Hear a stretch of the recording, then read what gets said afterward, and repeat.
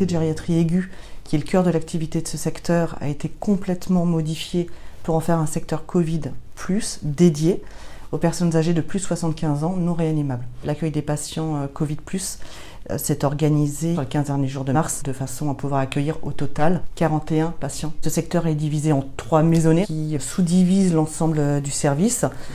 Et là, pour accueillir les patients Covid+, il s'agit donc de 3 secteurs de 14 lits chacun. L'organisation des soins donc, de cette unité et globalement l'organisation des soins d'unité de médecine gériatrique, à ceci près que le Covid complexifie un tout petit peu les choses puisque ce sont des soins qui prennent plus de temps, qui nécessitent beaucoup plus de matériel, beaucoup plus de personnel. Donc là, on a fait évidemment beaucoup appel à la réserve sanitaire. Ça veut dire organiser et penser les soins autant que possible en binôme infirmiers et soignants, avec du personnel du service qui a toute l'expertise et les compétences pour prendre en charge les patients gériatriques, pour accompagner les professionnels qui n'ont pas nécessairement d'expertise sur la gériatrie.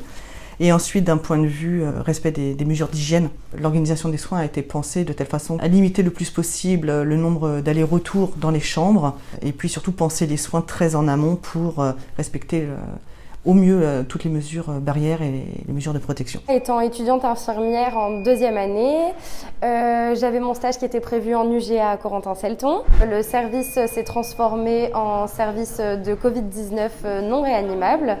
Et du coup, je suis restée en tant que renfort aide-soignante. Ça me fait plaisir parce que j'aime m'occuper de mes patients et que j'aime beaucoup ce service et que j'aime l'équipe, donc ça me dérangeait absolument pas. Ça développe un sens de l'adaptation qui est beaucoup plus poussé puisqu'en fait, du jour au lendemain, il y a tout qui s'est un petit peu transformé. On s'y attendait pas vraiment. Vu que c'est des nouveaux protocoles qui sont mis en place, c'est plein de choses différentes. Au final, on doit s'adapter, faire en autonomie. Et du coup, moi, du haut de ma responsabilité, ça m'engendre une plus grosse responsabilité.